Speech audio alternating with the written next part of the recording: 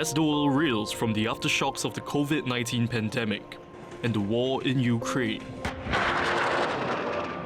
everyday Singaporeans are being drawn into a new battle. Give you big orange. Now at least 120, you know. They keep thinking that the prices will come down, but the problem is that the market is moving so fast.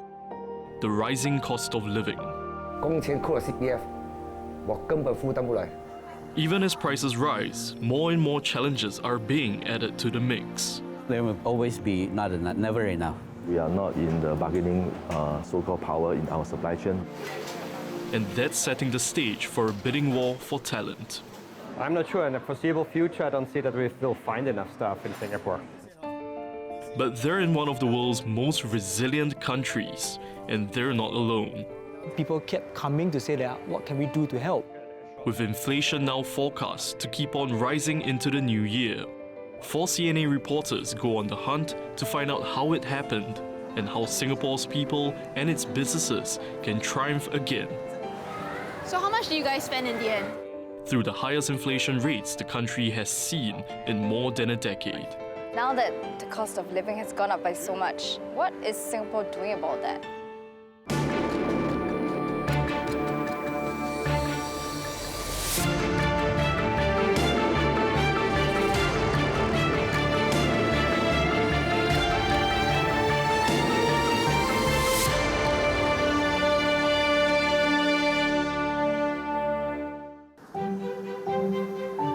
Tampines New Town. It's Singapore's third largest housing estate, covering some 21 square kilometres and housing nearly 260,000 people.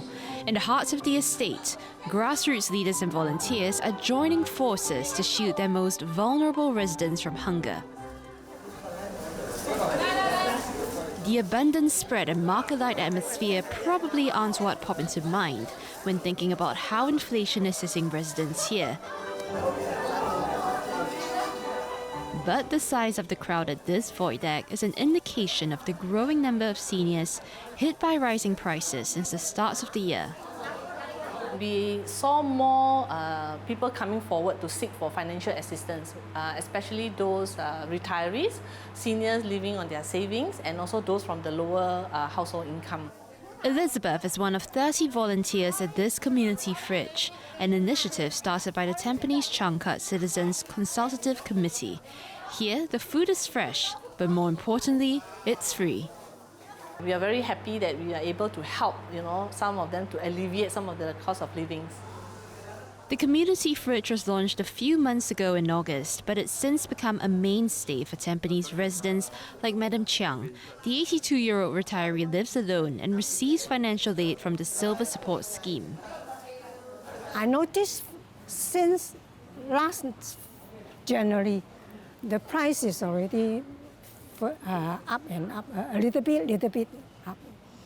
So before that, when we go to the coffee shop to buy a lunch or a dinner, is 2+ we can get. Now 3+ up to 4. All this can help us, help a lot. But getting the food free doesn't mean she has to sacrifice quality. Auntie, I give you big orange. Yeah. This one now. Yeah, giant orange.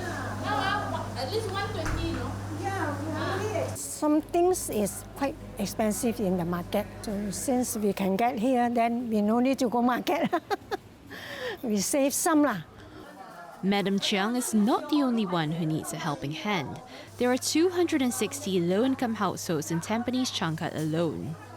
How many families can the food here feed? Yeah, so if we fill up the fridge, it is sufficient to feed about 70 to 80 households a week. So if everybody take only what they need, we can easily help 80 households. But how do you make sure people only take what they need? So I think we all depend on the Singapore good social responsibility, asking them to share so that more can benefit from this. Volunteers set out the fresh produce they've collected about 4 times a week, whenever the fridge is open. The food comes courtesy of a wide variety of donors, from generous market stall owners in the area like Mr. Lai. 只是我看到这么现在行情不是很好啊，只是帮多一点点啦，再做一点善事这样啊。to residents manning this community garden. It's one of 35 community gardens in Tampines and among nearly 2,000 across Singapore, all supported by the National Parks Board. These gardening enthusiasts are not only testing their green thumbs, they're also securing a non-commercial source for their daily greens, and their number is growing. We have almost limitless pool of people with passion. They just need a place for them to express themselves. North East District Mayor Desmond Chew has dropped by to make sure everything is running well. He's been helping to guide this project and says the wave of support has been unexpected but heartwarming. We wanted to do it small, but then people kept coming to say that what can we do to help? As long as we're doing something meaningful, Singaporeans will step forward and contribute. North of Tampines, a similar call to action. Yishun is one of the poorest areas in Singapore, and this year, charities operating here like Free Food for All are facing unprecedented demand. We have seen about a 14% increase in food applicants from April to August or so. It's basically based on 600 to 800 people who receiving food aid from us, so we get about an increase of about 150 people every month. Each month, Free Food for All distributes nearly a ton of food to 700 families across Singapore. But casting the net far and wide isn't easy, and rising costs are putting the squeeze on their operations. Already, price of transportation is going up already. Transportation is also a part of our cost, delivery costs. So it is a concern for us.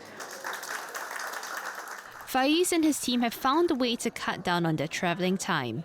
They've just launched this new vending machine in November, and it'll help limit their trips to Yishun to just once a week. Parked at the void deck of this block, the marinated meats within are destined to feed 150 low-income families. Each beneficiary is given a card, and with it they can redeem up to 7 packets of chicken each month. So all they have to do is tap it here, authorizing, please wait, select the flavour they want,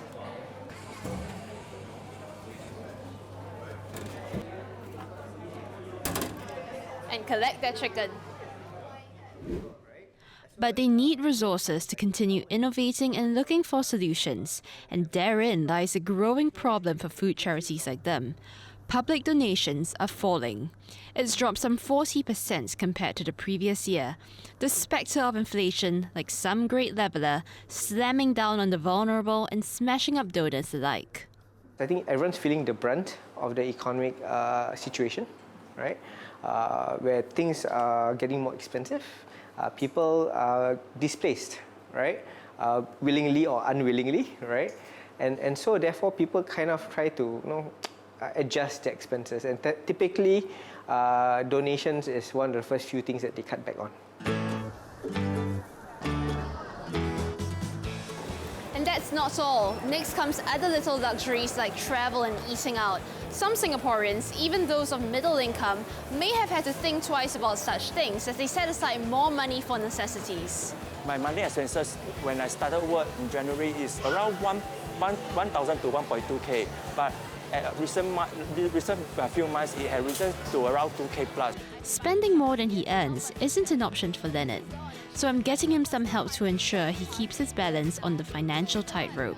Now that we've got our baskets, we're going to go on a quick grocery run.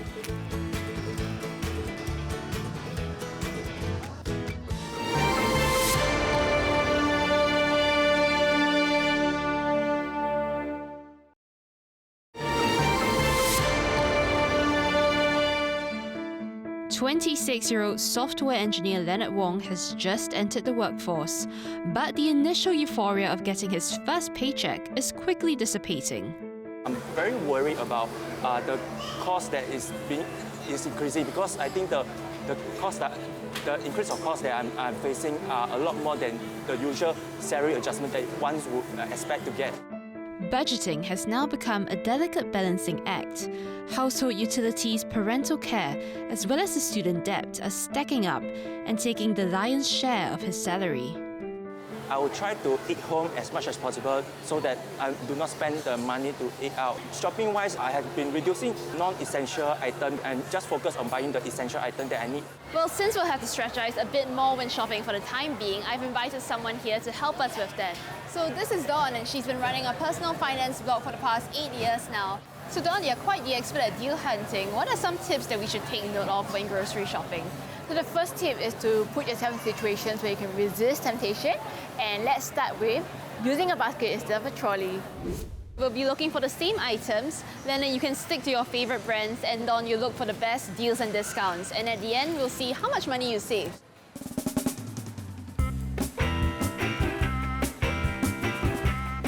I like to plan around what's on sale. So if I need fruits, I'll try to see if, let's say, like the apples or the oranges, which one's on sale, and then I'll focus and zoom in onto that. So for bread spreads, I usually almost always go for house brands because the taste-wise is almost similar and you can't really go wrong with peanut butter. I know it's a bit expensive, but I kind of like the taste. When it comes to tissues, the trick is go for the one without the cardboard boxes because it'll be cheaper. And on top of that, if you buy in bulk, you can usually save more. So I usually get these. It's time to head to the till of their groceries and tally up their choices.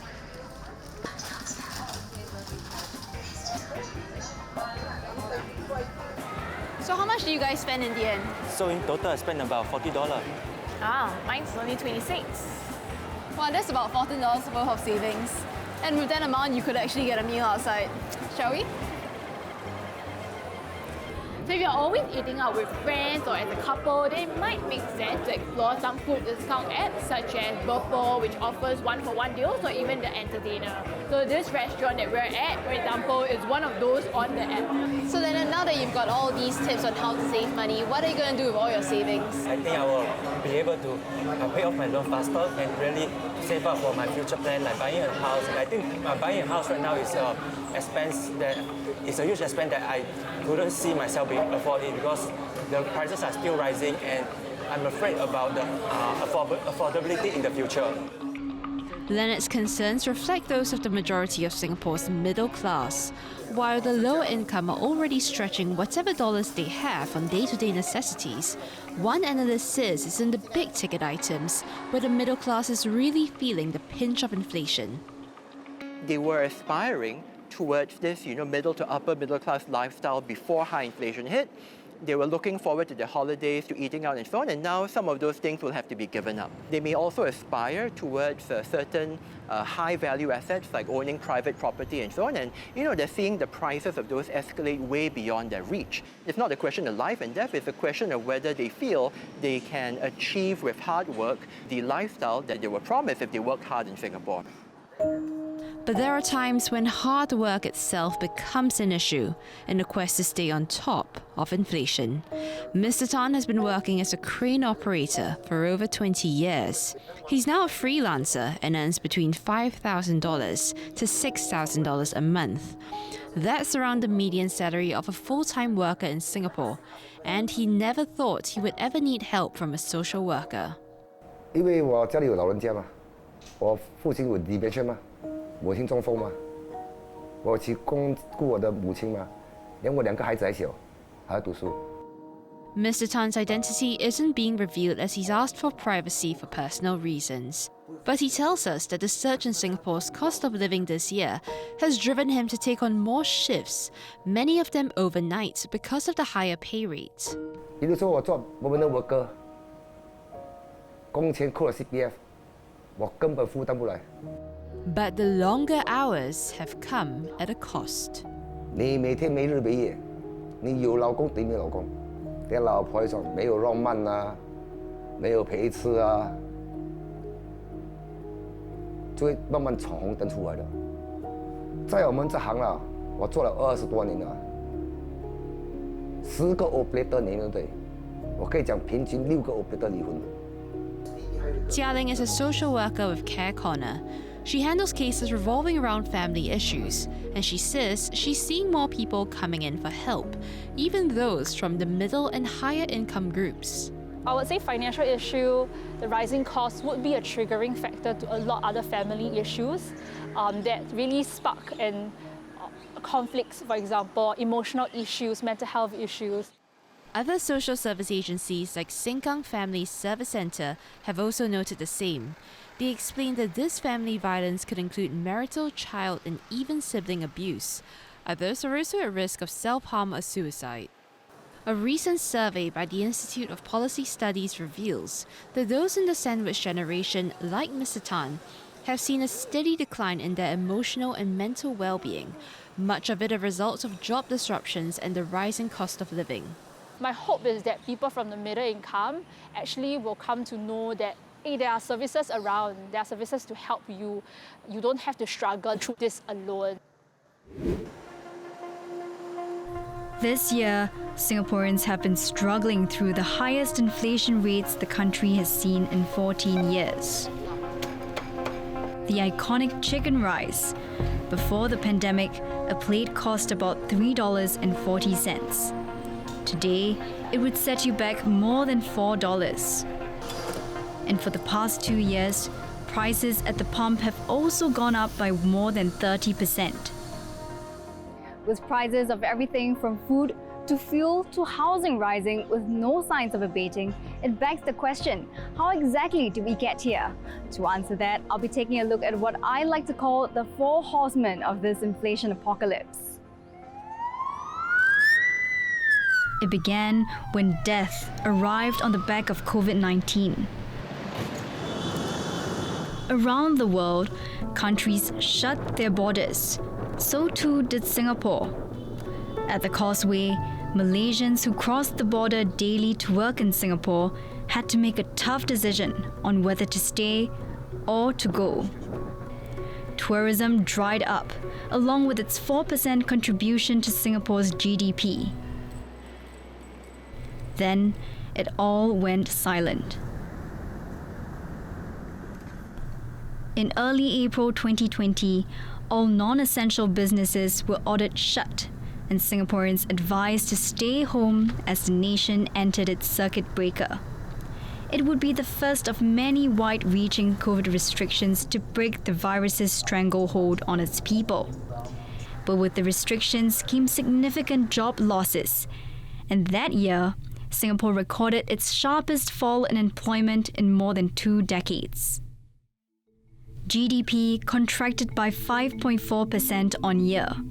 The Lion City was suffering its worst full-year recession since independence.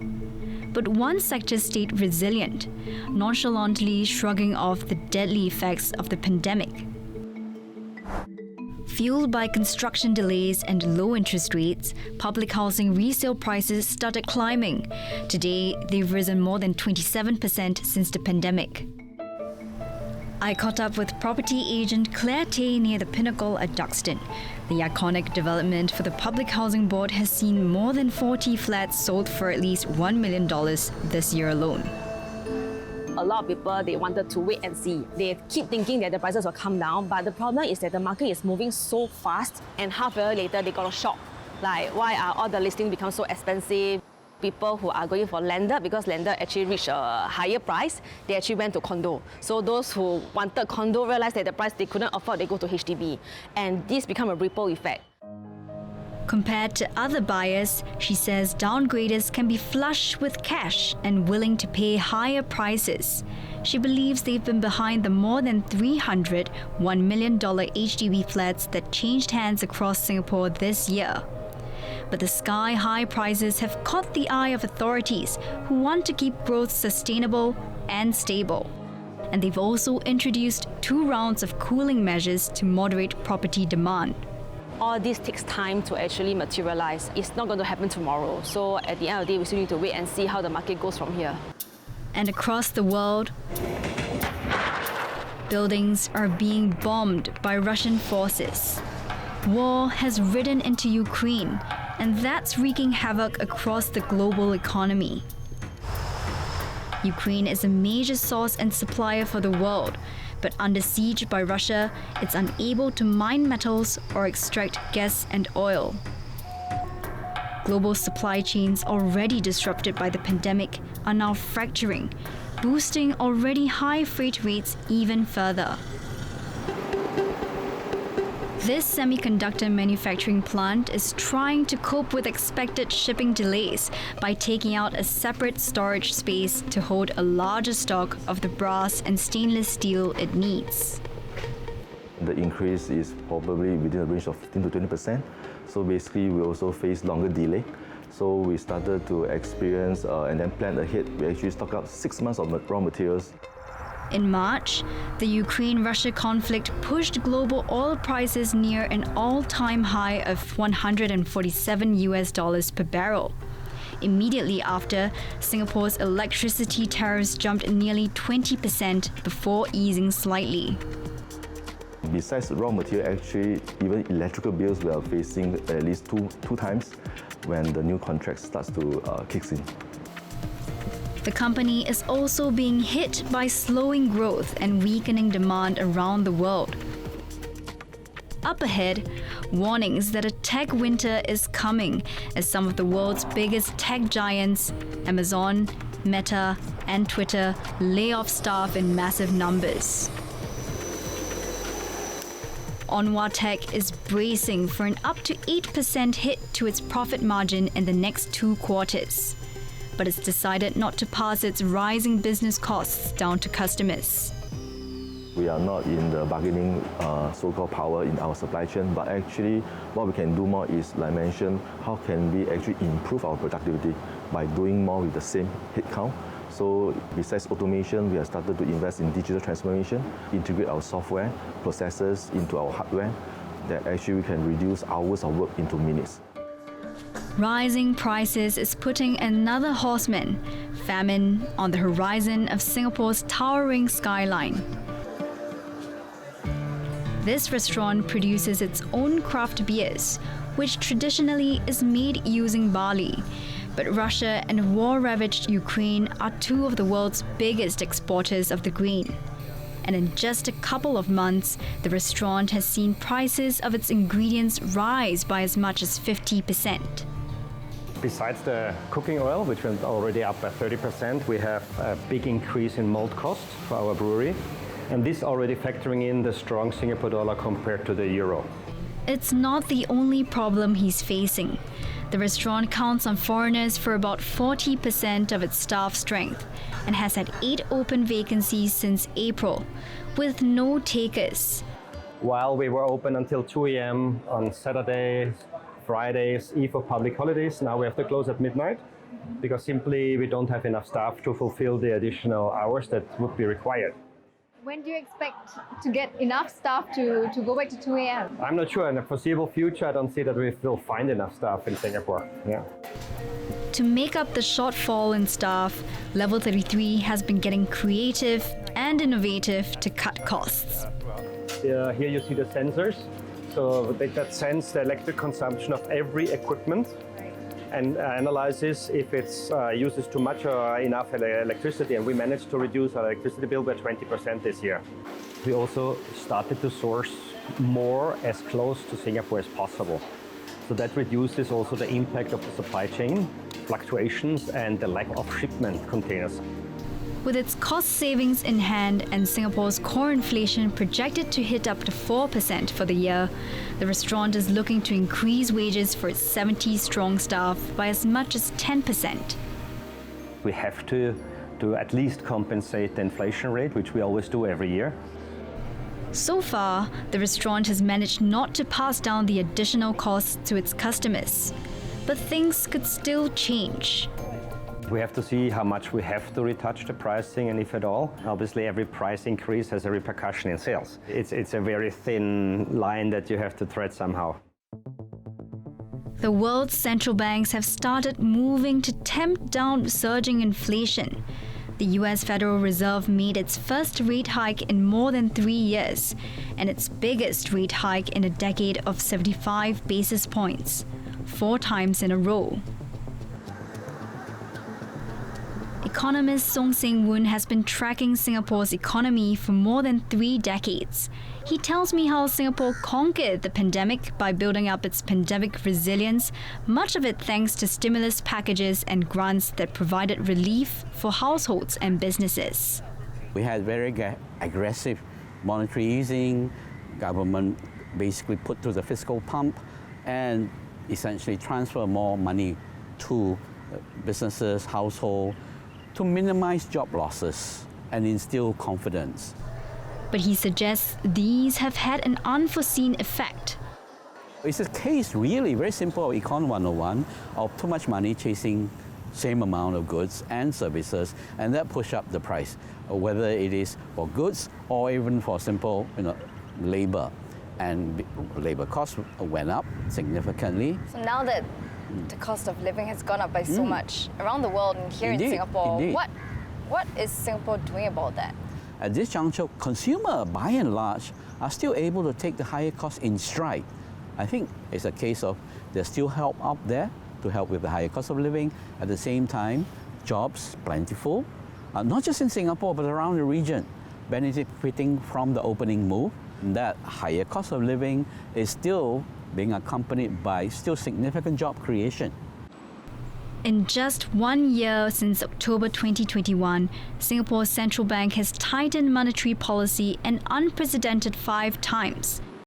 The Sing dollar has been allowed to appreciate against a basket of currencies of Singapore's major trading partners.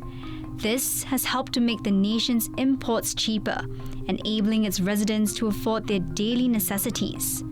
But on the flip side, a strong Sing dollar will increase the price of our exports, making them unattractive to our trade partners. Which is why we always try to find that balance, in that we do not want to make Singapore too expensive as a place to live and work. Fiscal sustainability means that there will always be that adjustment, irregardless of what happens to the broader economy. Not for today or tomorrow, but for generations to come. The government is also doing its part with more relief packages for households and businesses. But how deep is that well of support, and could it run dry? Still ahead, how Singapore's rising cost of living is sparing no man or creature. We are very deeply worried about how it's going to turn up next year.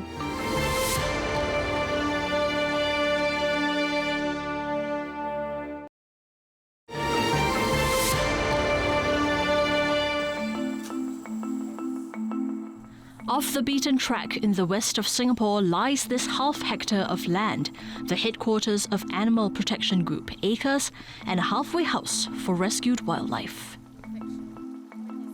Now, the aim of ACRES is to repatriate these species back into their country of origin, or better yet, return them to the wild. Until then, this is where they'll stay. At any given point, we have about at least about 150 to 170 wild animals under our care at our facility. One of them is this giant tortoise. It was found abandoned by the side of a road before a member of public called ACRES to rescue it. We operate a 24-hour wildlife rescue hotline through which we handle calls from the public to respond to wild animals in distress. That sums up to about 18,000 calls a year. Anbu is the co-founder of ACRES. She lives here at the facility so that she can be on standby 24/7 for the animals here or any rescue work that may arise. There has been an increase in fuel prices, and all these bills, utilities bills and transportation fuel bills have actually doubled over the past couple of years. For our roof, our enclosures, all of them need that proper repair and maintenance, and that's quite concerning because it's going to cost a lot to do that. As a non-profit organization, ACRES is solely dependent on donations. But with inflation burning a hole in everyone's pockets, donations have fallen, and the team at ACRES has been whittled down to just 20 paid staff. We have about 7 vacancies that are not filled up, but we are still doing the same or even sometimes more amount of work that we used to. Anbu tells me it's a strain on its current workforce, who'll have to put in double the hours, but without much of an increase in pay. We also face a challenge in terms of providing enough monetary remuneration also. So it can be challenging for staff to continue working here long term. It is very worrying. We are very deeply worried about how it's going to turn up next year. But Acres may be one of the lucky few. In this building in Chinatown, one business model is on the brink of being snuffed out by Singapore's rising cost of living. A shop that's been selling qipaos for the past 16 years. 因为他们是这样，初一穿到15是穿新的来拍照过年，那么那个15件又过了年上班也可以穿。 The qipao is a traditional garment for Chinese women, and these have been lovingly hand-sewn by Madam Li Qiyun. It takes her around 2 days to create each one. 有几个顾客呢，一次性买30多件，还有一个买到一次性50多件的。 Madam Li also designs modern qipaos using fabrics and silhouette styles better suited to Singapore's weather. But she says the traditional qipaos are still more popular. I even got to try on one. Madam Li tells me that when she first started her business in 2007, her rent was $850 for an 11-foot floor space in her landlord's shop. 我挂一条旗袍在我的背后墙上呢，卖一件还要抽10块钱给他。租他的地方那个墙不属于我的，只有属于这个放真车的一个位置。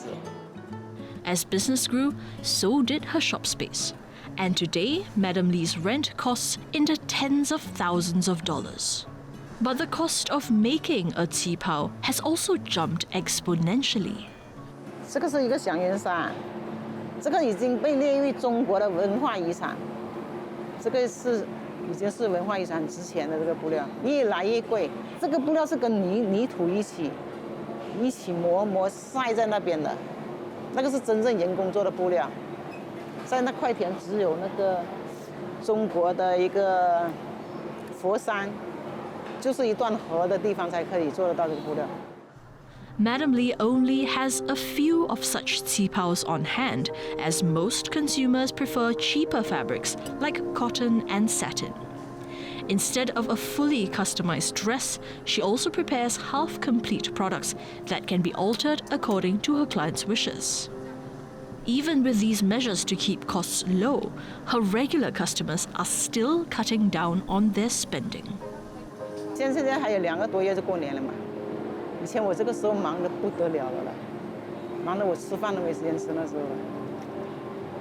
现在你看都没人，整层楼都没人了嘞。 But even in the absence of people, millions of tiny living things are plugging away. Too small to be seen by the naked eye, but not small enough to avoid being put to work. Microbes is a consortium of strains. In other words, strains is actually bacteria. Good bacteria like those probiotics in your stomachs. So they degrade food, they love food, waste food especially. Jeremy Lee is the chief executive at Westcom Biotech, a company that is leveraging technology to give food waste a second life. Now I've got some leftovers here, but instead of throwing them away, I'm going to put them in a biodegradable waste bin and see how it works. This unit uses microbes to turn food waste into compost in 24 hours. I just empty the leftovers into this self-contained unit, which makes it smell-free and pest-free. Westcom Biotech currently processes 1,000 tons of waste annually in Singapore. But industrial demand for food waste reduction services have been decreasing as customers keep a tight watch on their expenditure. The profitability is definitely reduced, whether it's gross margin or end profit. So the way to mitigate this, you have to expand your business because you cannot challenge the inflation that's going on globally, but you can work on development of new market, new product to increase the market, increase the business size.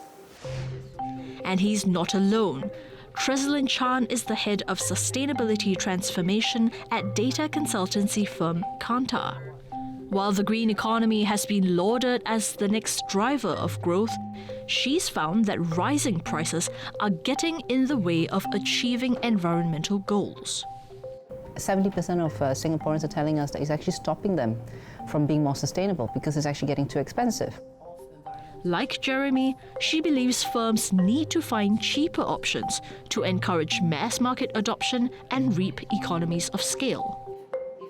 And we've seen some in other markets where people literally come to your doorsteps. So household products, right? You can top up your laundry, your dishwashing, and so you reduce the plastic bottles, right? But then at the same time, it's convenient. Back at Westcon Biotech, they're hoping to whip up new projects and dip a toe into unexplored blue ocean markets to stay above water. So what we want to do is to make use of the knowledge and experience we have in food waste to work on human waste. And we want to do it on site. So you cut away the requirement of transportation to somewhere to do the treatment. So this is, I call it exciting. Where do you potentially see this solution being deployed? Oh, certainly. You see a lot of them, let's say in Singapore, all those construction sites, those food carnivals and fairs. But the bigger market is actually, let's say, going to Australia or US market. But expanding overseas could become a case of Hobson's choice, with only one real option to take as Singapore's economy slows down. Growth in 2022 is expected to come in at around 3.5%, a stark fall from the 7.6% expansion a year ago. Coupled with rising interest rates and global supply chain disruptions, market watchers are predicting that this year's high inflation could continue into next year. But hopefully, the impact on our wallets may not differ very much from what we're already experiencing now. We are starting to see that the external demand is really softening. We are already hearing some anecdotal evidence of, for example, job cuts and things like that, even though it's more concentrated in the tech sector. But I think slower demand conditions essentially will put a bit more of a downward pressure on inflation. And to ensure that help reaches those who need it the most, Singapore's National Wages Council has urged employers to raise salaries by between 5.5% and 7.5% for lower wage workers next year. This will see wage increases in this group cross the 3-digit mark for the first time. Jonathan also tells me he expects more targeted measures to help lower-income households with rising costs when the government announces its new budget next year. If you give high-income earners, maybe they save it because they don't really need it, but this assistance, if it's more targeted to the low income, most of it will actually be spent into the economy. But next year will come too late for some businesses like Madam Lee's. She plans to give up her shops when the lease expires next March. 之前这边是放个长沙发，这边还有一套沙发跟茶几，这边是电视机，现在全部搬掉了。Instead, she'll be operating here in the comfort of her own home. 我车衣呢就在里面，厨房里面车了，现在。 But while Madam Lee will no longer need to pay rent, working from home means she could lose up to half of her customers, many of whom are walk-ins. 那么你对未来有什么打算？未来就说，我只能选择是说，因为年龄肯定是越来越大了，这个是肯定不可能会跑回年轻时代的，是吧？就说趁这个机会搬回家了，这给一点时间还可以服务那些熟客了。 是不是？可以走长远一点的路了，可以把我的企划做得更长远哦。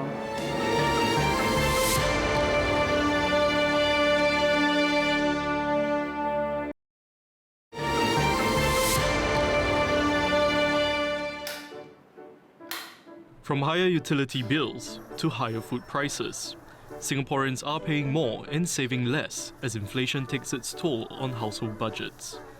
The nation's headline inflation, which includes housing and transport, has hit a 14-year high of 7.5% twice this year. Despite hopes that the worst is over, its central bank has warned that high prices could linger right into the new year. But help is on hand. We had earlier announced a $6 billion assurance package to cushion the impact of the GST increase for all Singaporeans. I will provide an additional top-up of $640 million to the assurance package. So far this year, the Deputy Prime Minister has announced at least $3.5 billion of relief to help Singaporeans cope with the pressures from rising prices. Mr. Wong is part of the multi-ministry team tasked with fighting the pandemic. He was endorsed as leader of the ruling People's Action Party's 4th generation or 4G team in April this year. But from the frying pan of the pandemic and geopolitical tensions, the country has been cast into the fire of surging inflation and the rising cost of living. Associate Professor Eugene Tan is a former nominated Member of Parliament. He has been studying government policy and how it impacts Singapore's global relations, economy and society. He lays out how the trust and confidence in the government could be dented if certain issues aren't tackled adequately. Now, when it comes to cost of living, what are the key areas of concern that the government will need to look at addressing in the year ahead? Particularly younger Singaporeans, right, who are starting out their careers, beginning to have families of their own. So increases in costs, which may not be matched by increments in wages, will certainly give them some amount of concern. The need for wages, to rise in tandem with costs. I think all this creates tremendous stress, on companies, on governments. So I think this is where the 4G leaders, will be very much tested, right, in terms of how they are able to help Singaporeans mitigate, the cost of living. He says the government needs to find a way to assure Singaporeans that despite the short-term risks and shocks, their economic prospects are still bright. And he suggests they do it in a bifocal way. By that I mean, being able to keep an eye on the present-day concerns, but at the same time, not losing focus on the need, to ensure that Singapore will be able to take advantage of economic growth when things, both at the regional as well as global level, gets better. But he warns that managing expectations will be a challenge. Many Singaporeans, even those who are perhaps fairly comfortable, will look at the cost of living with varying degrees of concern, because it also raises questions about job security. Because when companies tighten their belt, when the economic prognosis of the external environment is not good, there will be that level of caution, with regard to how they spend and how they budget for the future. But I think that's where it becomes important, to ensure that the public morale doesn't dip beyond a critical state. Now, when we look at the risk and concerns surrounding cost of living here in Singapore, what do you reckon are the ramifications if they are not properly mitigated or managed going forward? I think the cost of living concerns, if not managed appropriately, can sow the seeds of doubt, as to whether, there is a long-term economic future for Singapore, for an economy that is easily, shaped and affected by external forces. The cost of living concerns will have to be properly managed as part of the whole trust and confidence building, that we are able to deal with the short-term concerns, while at the same time also set the stage, prepare for strong, robust economic growth in the future. But when times are bad, and if the downturn is not properly managed, then I think it could cast a dent in the government's armor, right, in terms of their credibility, their standing for being able to deal with economic issues. To help Singapore chart its way forward in a diverging world riddled with uncertainties, Singapore launched a national feedback exercise in June on how it can refresh its social compact and shape the country's and economy's future. So how do you think the Forward Singapore exercise could actually help on this front and also contribute to what we could possibly see next year's annual budget entail?